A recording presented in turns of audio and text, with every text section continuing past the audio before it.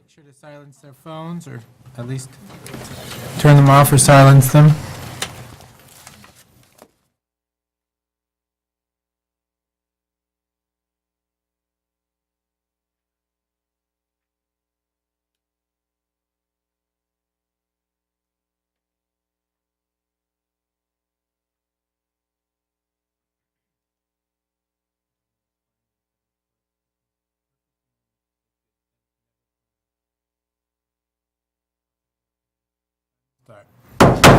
Time is now 7 o'clock, Monday, April 28th, 2014, meeting of the Canby Planning Commission.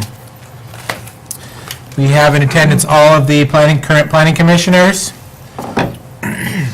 Our first item of business tonight is the consideration of the March 10th, 2014 Planning Commission minutes. Has everyone had a chance to review the minutes? Yes. Is there any discussion about the minutes? Mr. Chair, I move that we approve the March 10th, 2014 Planning Commission minutes. Is there a second? Second. Is there any discussion on the minutes? Not seeing any discussion. All those in favor of approval of the minutes of the March 10th, 2014 Planning Commission meeting signify by saying aye. Aye. Any opposed? None opposed. The minutes are approved. The next item of business we have, number 3, is citizen input on non-agenda items. We have one individual, Mr. Kevin Anderson. Would you like to come up to the microphone here, sir, and tell us what you have to tell us? Well, I went to the January 17th meeting, Mr. Bristol, and have concerns about stormwater injection. He was there with his architect, so they're going to use pervious pavers, inject their stormwater instead of piping it out. I've been living at 367 North Locust since '97, and your guys' water injection doesn't work. The picture, the photo docs in there, the one catch basin, the easterly catch basin, is not even 5 years old, and it's broken into 8 pieces from the pipe, the ductile pipe floating, and the soil migration from the injection from the movie theater. Also, the other day, walking up to Thriftway, the movie theater, your newest, tallest building in town, in the concrete, the steel reinforced concrete grouted 8 by 8 by 16 blocks. One bay has an 8-foot crack going vertical, structural crack. The next bay has a 6-foot crack. That's not even a 5-year-old building. That's right at the headwaters of your injection. It doesn't work. You need to pipe it. My house is a slab on grade. My doors aren't closing. My drawers aren't closing. When the rain stops, we get a month or two of dry, it settles down. I've got voids under my slab. My house is unsellable, and I got evicted from it because I couldn't sell it because of your water. Okay. I've photo document. I've been dealing with this for 12 years now. City Canby attorneys Kelly and Lindsay give me the runaround. I'm returning calls. This conversation ends here. Senator Alan Olson, this conversation ends here. I'm a constituent here. I lost my inherited home. And you're going to inject more water with 15 more units? And for these guys, I have a slab on grade. They're going to pour slab on grade. They're going to have the exact same problem I do because they're downstream from this. And I've got plenty of photo docs to back all of this up. Everybody on the city council, I CC'd, city attorney, mayor, everybody. We refer to the city attorney, this conversation ends here. What are you guys doing to us? I'm a constituent, a taxpayer. Water injection doesn't work. Stormwater needs to be piped out.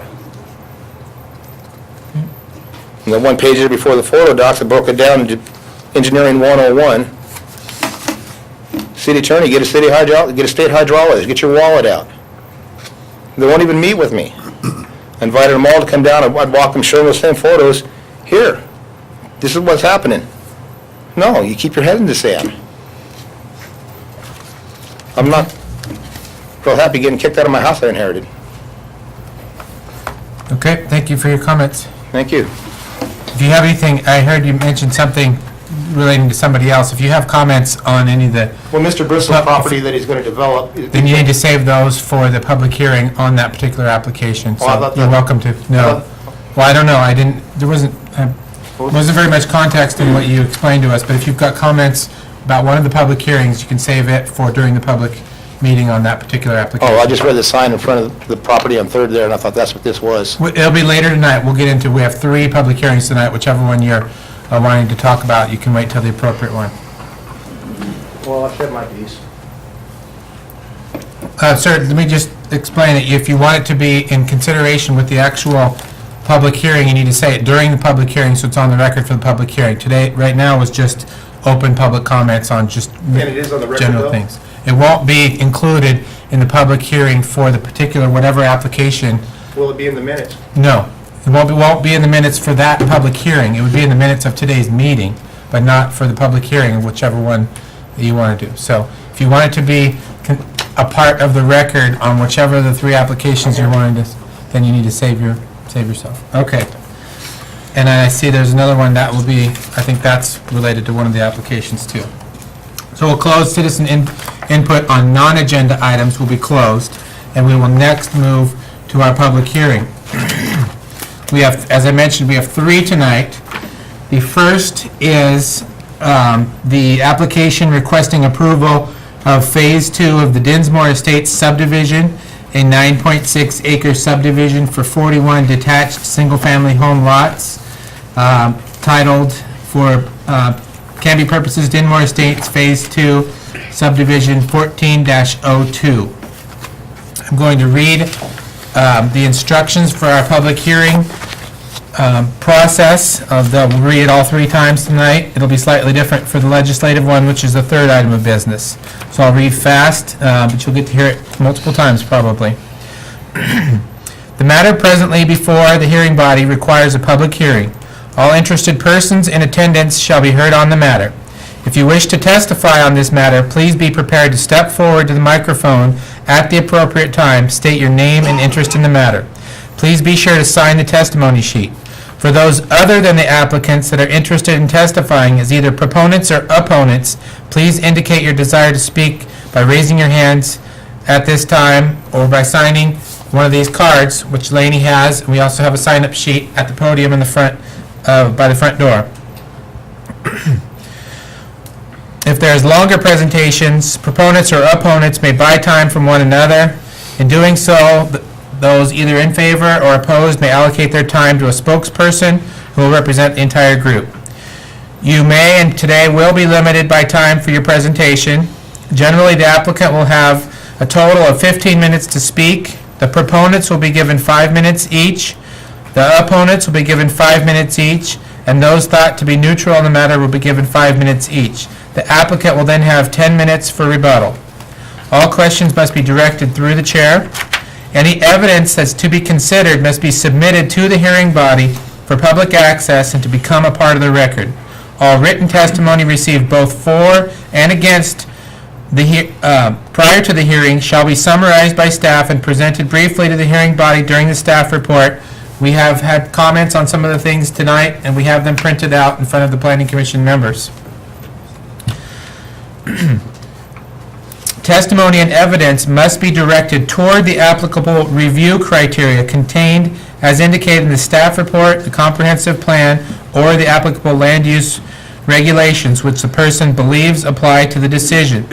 Failure to raise an issue accompanied by statements or evidence sufficient to afford the decision maker and parties an opportunity to respond to the issue may preclude an appeal to the Land Use Board of Appeals on that issue.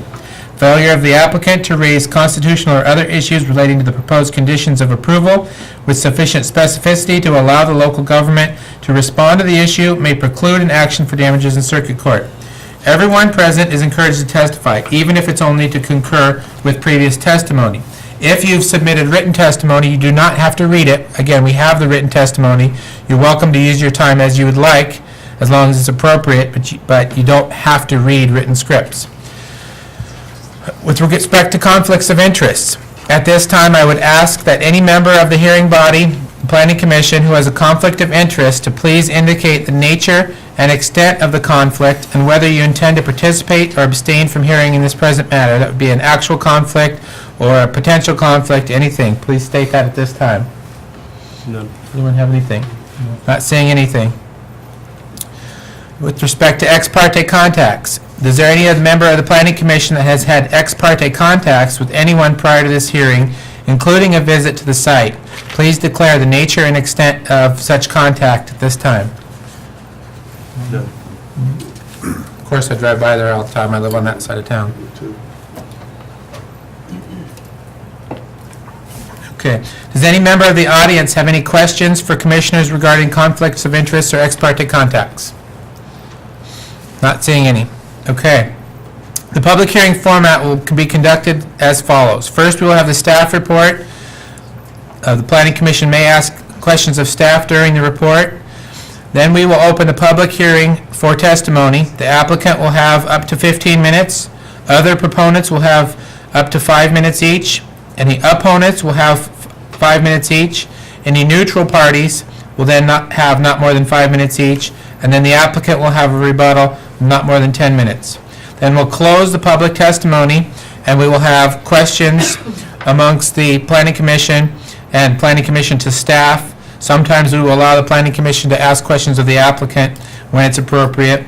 We'll then go to discussion and deliberation, and then we will make a decision. Does anyone have any questions about the procedure for this public hearing?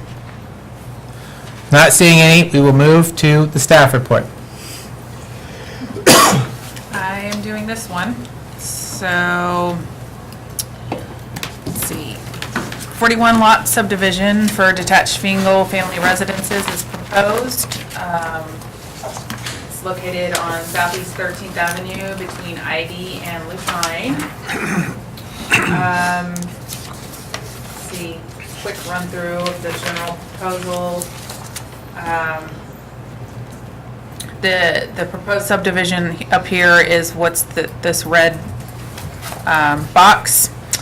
Park STCs will be collected in lieu of parkland, dedicating parkland.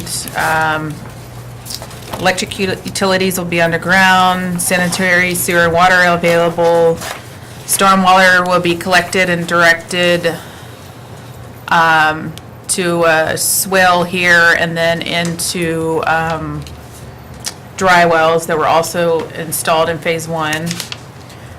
It will extend southeast 14th, 15th, and 13th place from Tofty Farms to the east, which the code encourages. Larch and juniper will be extended, as well as, Locust Street will also be here, and those roughly align with same streets to the north. And its code encourages a grid pattern. It's pretty close to a grid pattern. Southeast 13th Avenue will have half-street improvements, which I'll discuss in a minute. All lots meet the minimum and maximum lot area requirements, except for 17 and 19, which are these two flag lots here, which are 12,000 square feet.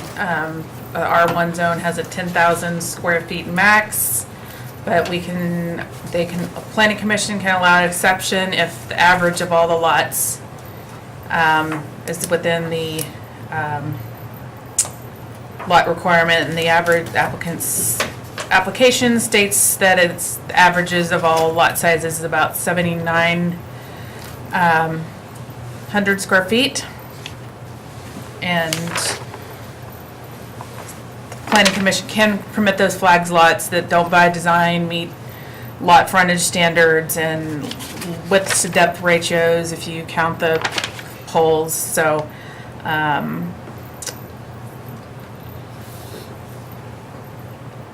that's all on the lots.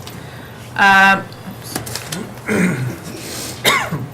do want to point out the code does want or encourages lot depths to be to accommodate 2 lots and discourages double frontage. And the only ones that don't meet that are the ones along here, along 13th, and they're just establishing the same pattern that was established to the east. But know that that's a Planning Commission exception here tonight before you. Now, when you say discourages double frontage, what do you mean by double frontage? It's two streets on either side. So most lots only front one street. These lots front a street in the front and a street in the rear. I see. Staff determined that there's no infill lots with this development. So I'll go on to the traffic study issues. There was no major mitigation issues brought up, and the major issue resulting from the traffic study is the applicant's original proposal to extend Larch Street, which I have a depiction of that here. This is what the applicant originally proposed. This is not what's proposed right now, but this is, they originally wanted to have Larch Street connect through to Southeast 13th. And the traffic study recommended against this because our spacing standards in our code for roadway to roadway on arterial are 660 feet. And then they also verbally stated to us that there's stacking concerns along Southeast 13th from the intersection of Ivy and 13th, and there's also 4 existing driveways across the street on 13th that a large street connection is more conflict points on 13th. So they recommended not having an exception, and then the applicant redid their design and turned in this proposal here without a large street connection. You do have before you, and probably will be hearing tonight, a lot of citizen input wanting the large street connection because of increased traffic concern. It would funnel a lot of traffic. The only access for this development would be off 16th, and the main access would also be off Lupine over to the east and Tofty Farms. So,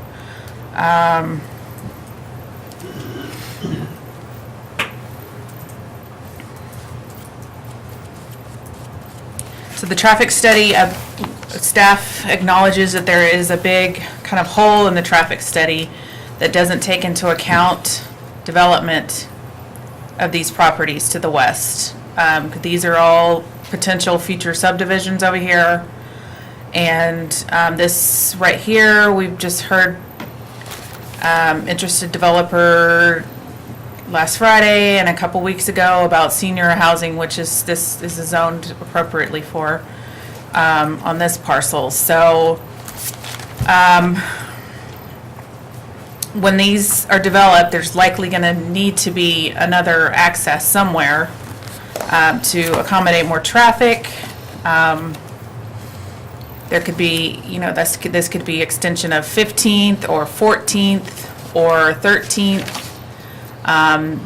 These guys at the corner probably will want a driveway. There's different scenarios of what could happen. Larch would be another connection that could access over here. There's a lot of potential different configurations of what,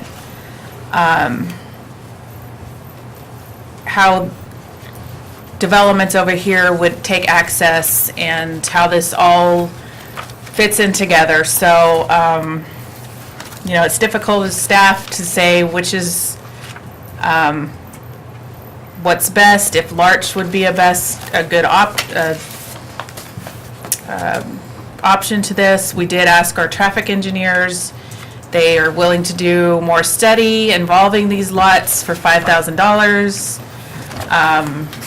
Cost to the city, we haven't proceeded with that because of that cost, and we hadn't had the planning commission's input yet, but that's an option. Planning commission can concur with the proposed layout, which is this, without the Larch Street connection, or Another option would be to just go against the traffic engineer's recommendations and go with this original design with Larch Street coming through. So, I mean, I don't think, staff, we don't really feel strongly against Larch Street going through. So, you know, please ask if you want more input, but What was the main objection, city engineers, on the, having that go through like that? it just doesn't meet our city spacing standard of 660 feet. And then, so they just feel it's not as safe. And, you know, there's driveways across the street that cars entering and exiting could conflict with, and also there could be queuing backups from the light. But, you know, this might happen anyways with development with all these.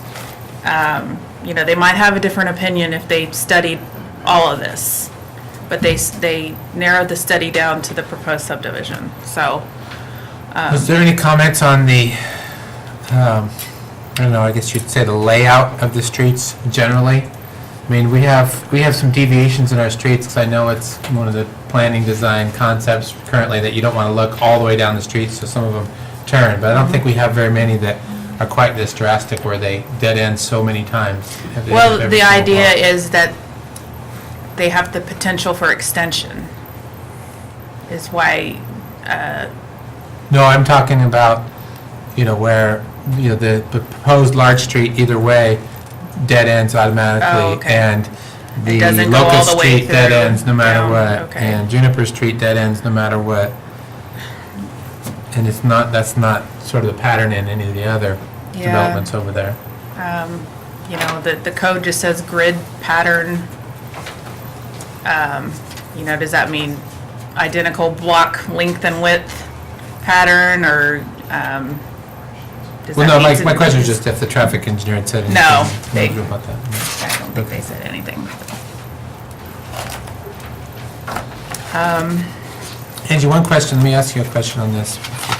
Sounds like you're Go ahead. getting on your, on page 13, I don't know if you're gonna go through your findings like we do sometimes, and then we have you abbreviate them sometimes, or the proposed findings.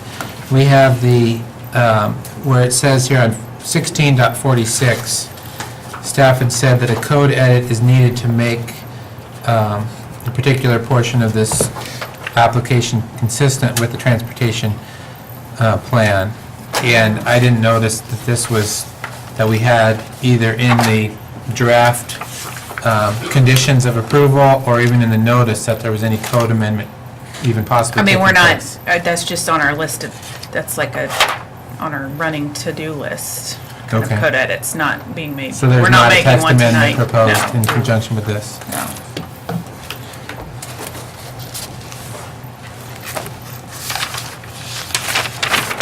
So I'll move on to the street cross sections.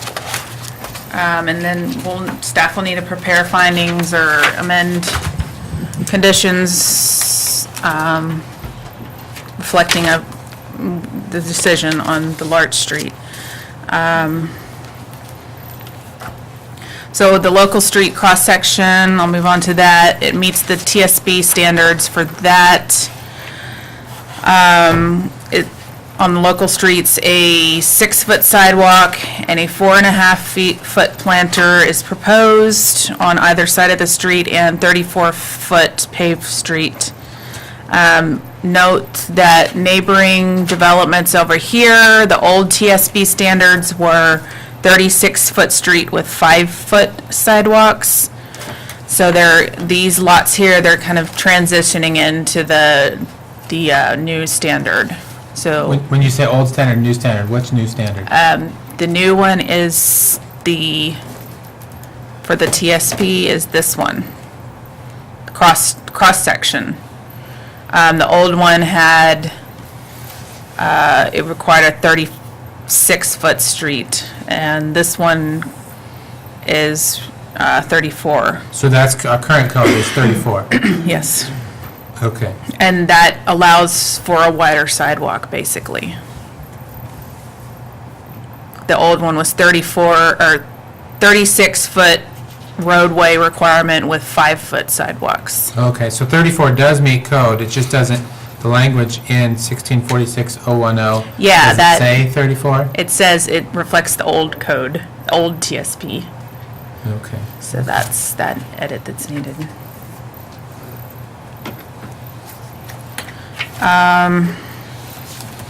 The arterial cross sections.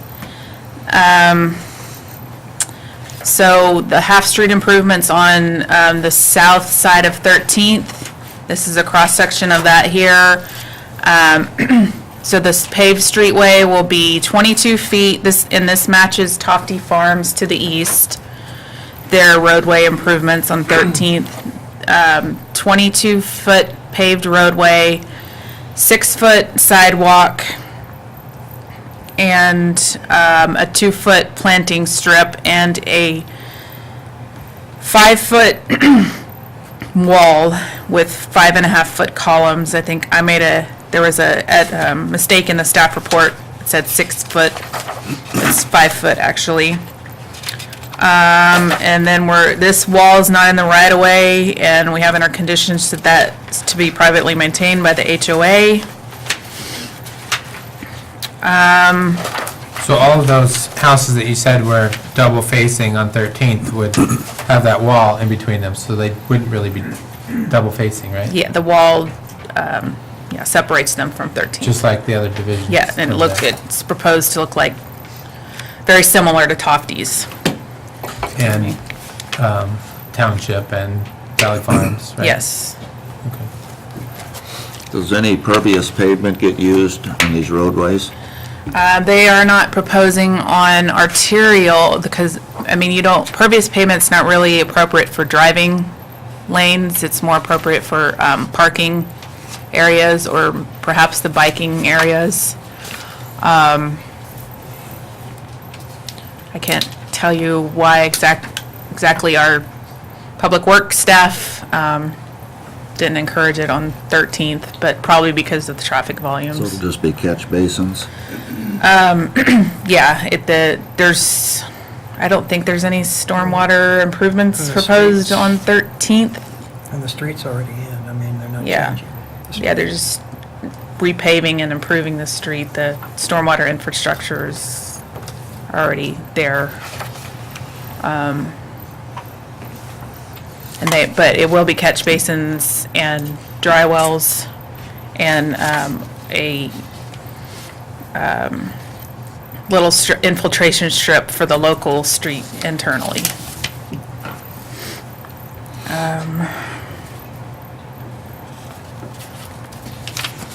So this configuration does match Tofty Farms to the east, but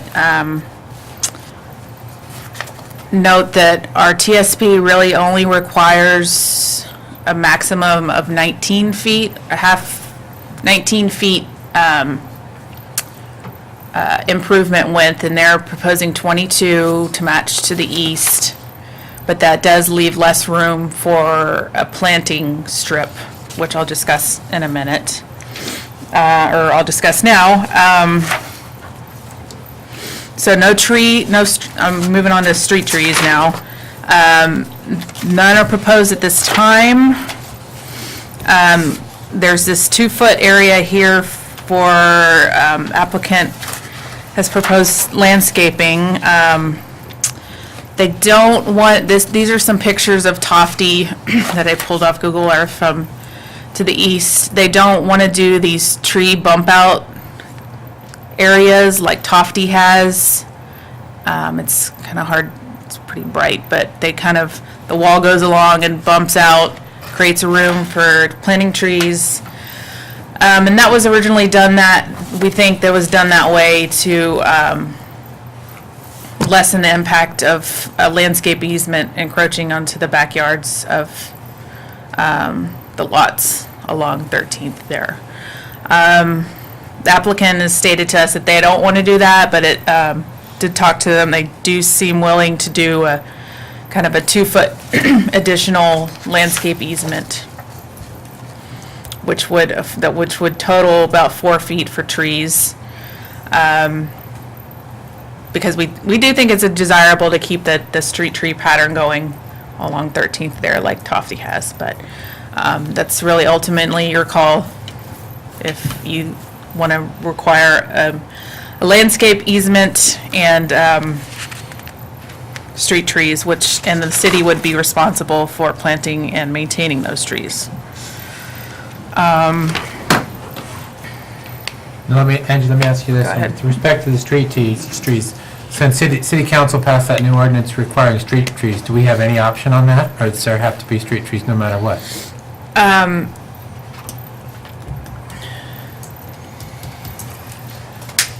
You have the option, correct me if I'm wrong here, Brian, but you have the option of requiring them or not, the easement to plant them.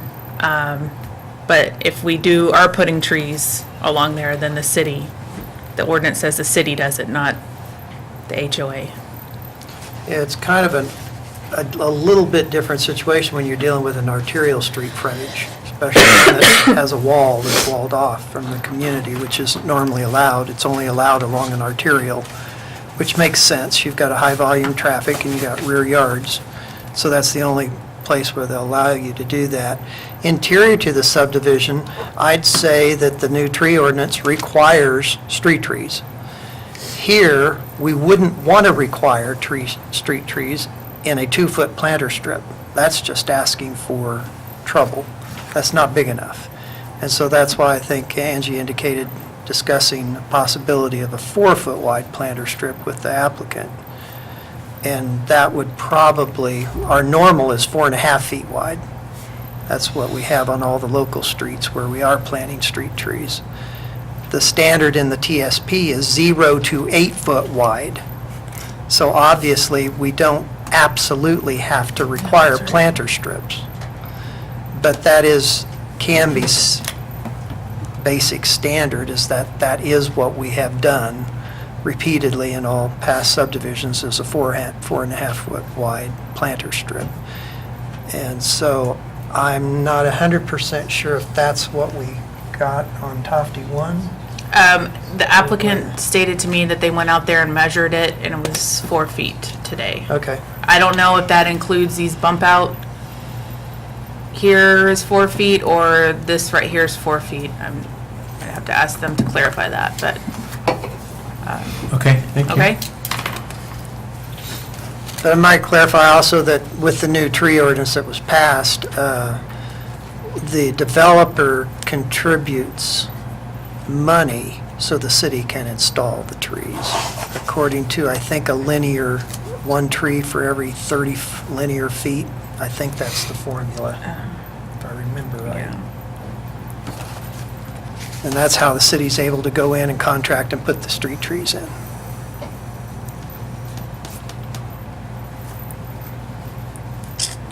And then the other option is, the planning commission could just require landscaping there, and then if it's landscaping and not trees, then there's nothing in our ordinance that say the city should, if they put bushes or something along there, the city would take care of it. That would be the HOA if they're just doing no trees. So kind of tried to preliminarily word some conditions stating that options, but it'll have to be reworded once we hear your decision.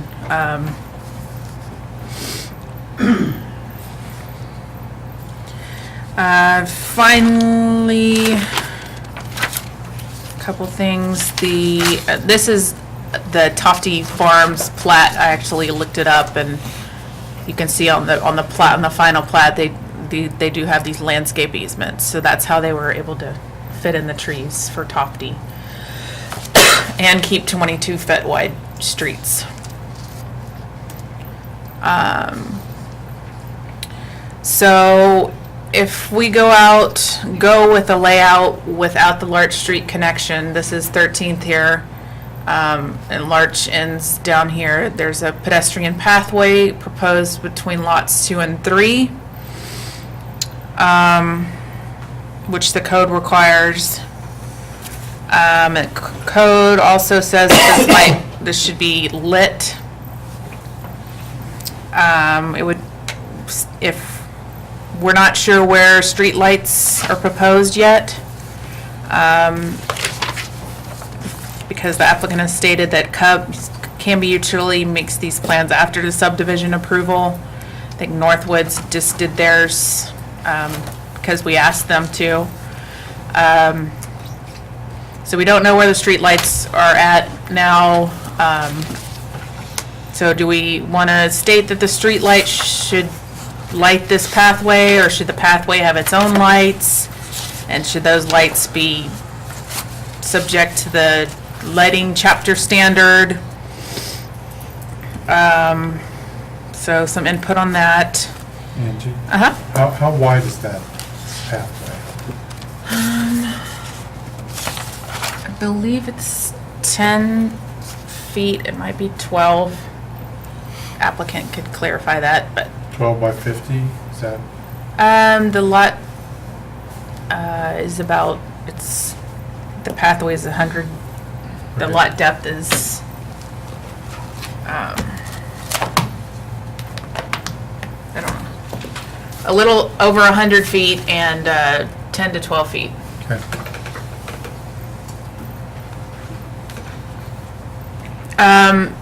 We do have a condition in there, and the applicant brought this up to me today. Our code has some specific language about fencing along pedestrian pathways.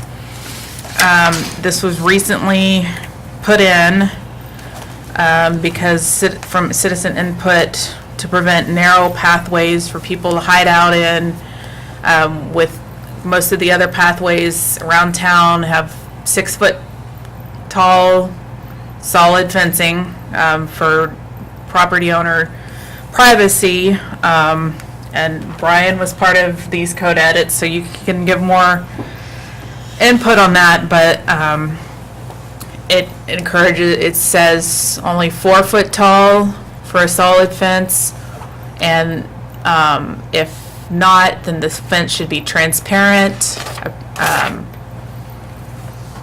It's not, I mean, not very property owner friendly if for privacy wise, but it's, I guess the aim is to have more surveillance on these pathways. So, Angie? so, you know, So, it doesn't sound very property owner friendly to me either, but, so my question would be is what is the idea behind having that walkway there, that path there to well, begin with? it's for pedestrian and bike accessibility. The block length, our standards say if there's a block length over, I believe, 600 feet, then an area for pedestrian and bike connection should be provided. So it's just more walkability, accessibility for bikes and pedestrians. So instead of going all the way over here and up, it could just go through. Potentially, if there's something over here, it's just another connection, easier connection to 13th.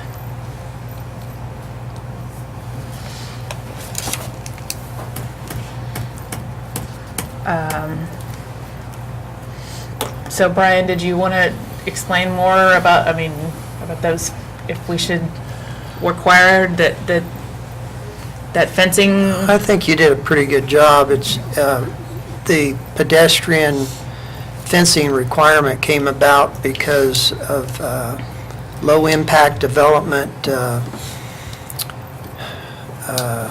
changes to our code that we made 4 years ago. That was a grant-funded project, and during that process, the Citizen Advisory Committee that was working throughout that brought up on their own the idea that our major concern with our current subdivision regulations are the pedestrian pathways and their fencing requirements. And so then we worked out something that was amenable to the majority of people. There were certainly people that opposed the regulations that got into effect, but the majority on the committees and the citizen input said we've got to do something about lighting and making these pathways visible, and that was the solution, is to require chain link fences or set your fence, solid fence back further from the property boundary so you have a wider pathway that people couldn't hide out in as easily. And so I understand that the developer has concern about that, but that's the ordinance standard now when there's pathways constructed. And we indicated why we need the pathway. It's been a very controversial thing for the community. I've had 16 calls in the past 2 years about existing pedestrian pathways and the problems with rowdy kids that cause graffiti and cause noise and torment the dogs and just on, but yet our desire is to make walking and biking as convenient as cars. And you can't do that well unless if you have long blocks that cause it, you'd have to walk twice as far to get to where you're trying to go to And we act use- like a car. Also, we use that in part to meet when they apply bicycling transportation standards through rural communities rather than along the highways and the arterials. We've used that on approvals in the past because we have so many of these types of things where people can bicycle through the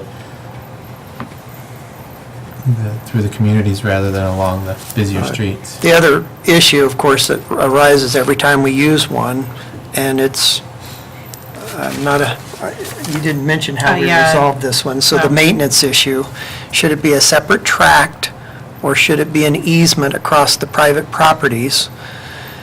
And that kind of lends itself to who's going to maintain it over time, and the desire from city staff that are supposed to maintain these if they become a city responsibility is that it's an extra burden that we think should be sent to the homeowners association.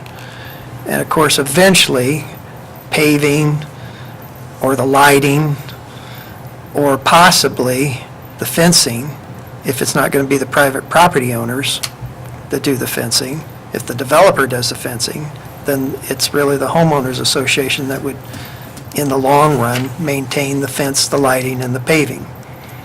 And so I think that's what we've proposed because our staff. But we've done it both so- ways in the community recently. So there's no necessary consistency, but each development is a little bit different and a little bit unique. But the general stance of the city is that we would prefer the homeowners association be responsible for these maintenance. And Jay, a different question for you.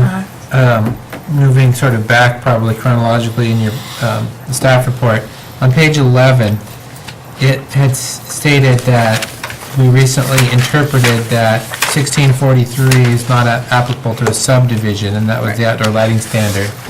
And unless I'm mistaken, I thought we just said that that standard didn't apply to streetlights in that subdivision, not that it didn't apply to a subdivision Okay. generally, Okay, because the streetlights were covered by the other one in the next section. So I didn't want, unless I'm mistaken something, that was just my recollection. I did not go back and look that previous one up, but just wanted to clarify or educate myself if I'm wrong, but that's what I thought.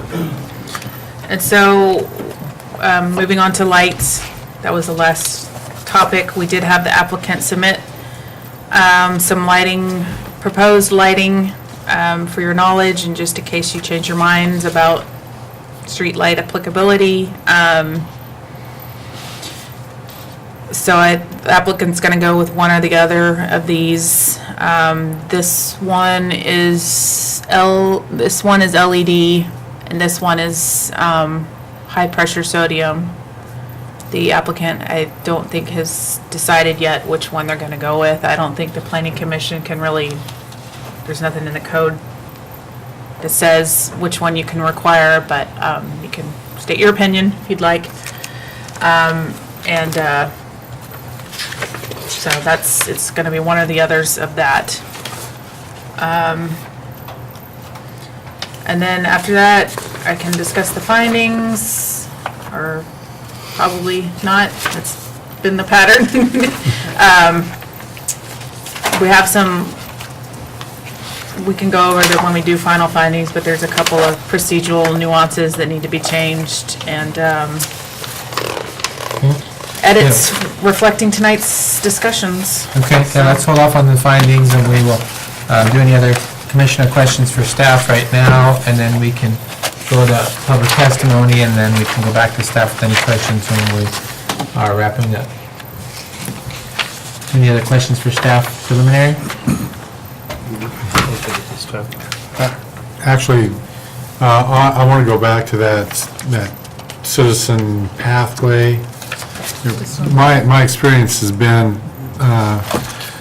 as I was training for the Portland to Coast Walk here a number of years ago, I did it out here along the old logging road, and all along there, it was a lot of graffiti. At one time, my wife and I ran across a pipe bomb. It seemed like an invitation for crime and graffiti, which I guess is a crime, and yet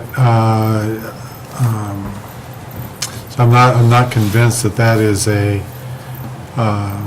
it's a great deal for the city or the homeowners, to tell you the truth. But as far as if they can only have a 4-foot fence, then that provides little or no protection or privacy for the homeowners either. I mean, am I reading that right? That's what our code states, that it's only 4-foot tall solid fence, so. Just wanted to be clear. More eyes on the pathway. That was the objective, is use a chain link so that no one can hide out, or use a lower fence, or if you want a solid taller fence, make the pathway wider.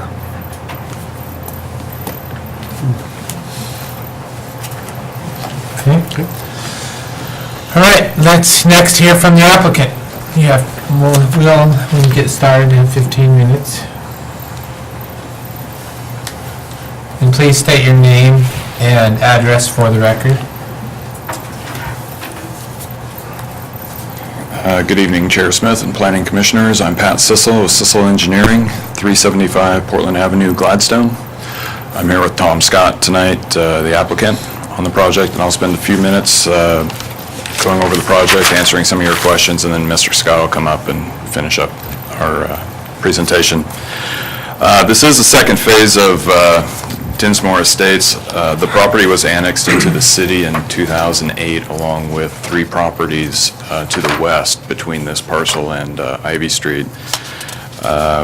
Phase 1, after several years of not a lot of development going on, is now rapidly developing out, and Mr. Scott would like to bring some more lots online. The proposal is to extend streets that have been stubbed to this property through and make logical connections to existing surrounding streets. I did want to touch on the Juniper Street connection in the southwest corner of the site. Juniper Street was stubbed to the north. Could you back up to the site plan? Juniper Street was stubbed to the north, and it terminates at the southwest corner of the property. Part of Juniper Street will be on Dinsmore Estates Phase 2, and part of it will be on the McRobbie property to the west.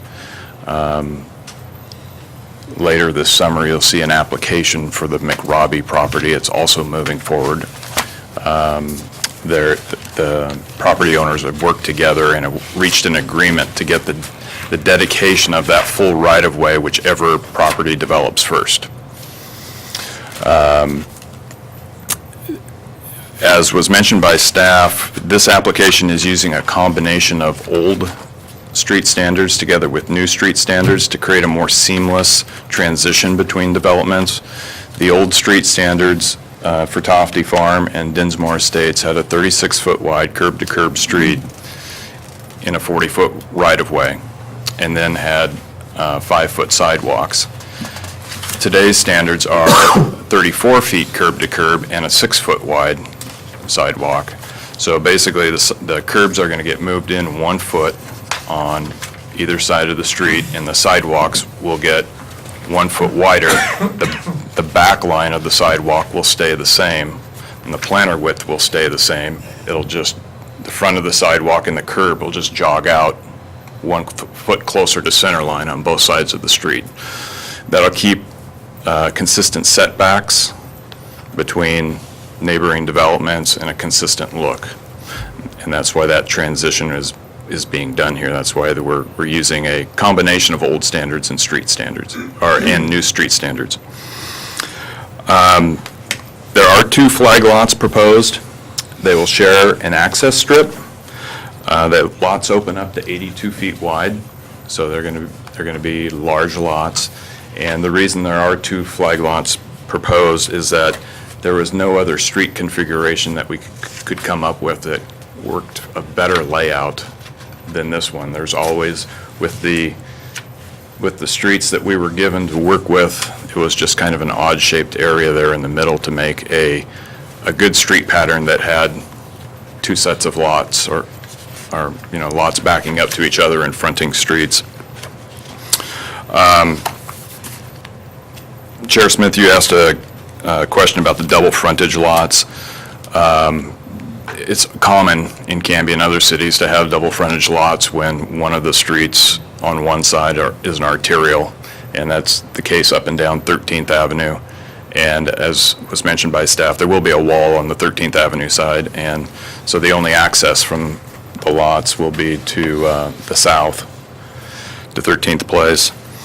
As far as the subdivision configuration and the dead-end streets, we were a little bit, we had to work with the streets that we were given, and you can see in the existing Tofty Farms subdivision, there is Lupine Street, which goes out to and intersects with 13th Avenue, but then where it hits 14th, it doesn't continue, and there's not a street until you get over to Maple. And due to the block length requirements, we could not create blocks that exceeded 600 feet. So because of the street layout in Tofty Farms Phase 3, our street layout ended up mirroring some of the street patterns. As far as 13th Avenue, Commissioner Savory, you asked a question about the Larch Street issue and the intersection. The issue is that from Ivy Street to Lupine, it measures 940 feet. The standard intersection spacing is for an arterial 660 to 1,000. So we are slightly below the maximum spacing permitted by code. And I don't recall anything in the staff report about driveways across the street being an issue. We were attempting to align Larch with the egress driveway out of the Ackerman Center so that people could come out of Ackerman and go right across 13th and onto Larch. That was the attempt with the original layout. There will not be any pervious paving on 13th or any of the other streets. We're proposing regular asphalt and catch basins throughout. As far as 13th Avenue and the landscaping, the trees, Mr. Scott is going to address that when he comes up. I did want to discuss the pathway lighting and the pathway. The pathway will be 108 feet long by 12 feet wide, and we're planning to use the same standard that Mr. Scott's used in other subdivisions in town, including Postal Wade Estates, which is 12 feet wide and fully paved from fence to fence, because if you leave any opening in there, it doesn't get maintained. It's just a pocket for weeds. In Postal Wade Estates, the pathway was dedicated to the city, and most of those along the logging road trail on the north side of town between Pine and Redwood, most of those are dedicated to the city. But In talking with staff, I understand that they don't like maintaining those. It's another burden upon the city to have the street department have to maintain the pathways.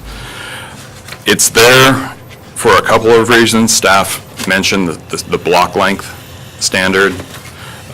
It's also there because your code requires straight lines of access from neighborhoods to schools. And so for kids who may grow up and live in this neighborhood, that provides a straight connection to get out to 13th Avenue without having to jog around to neighboring streets.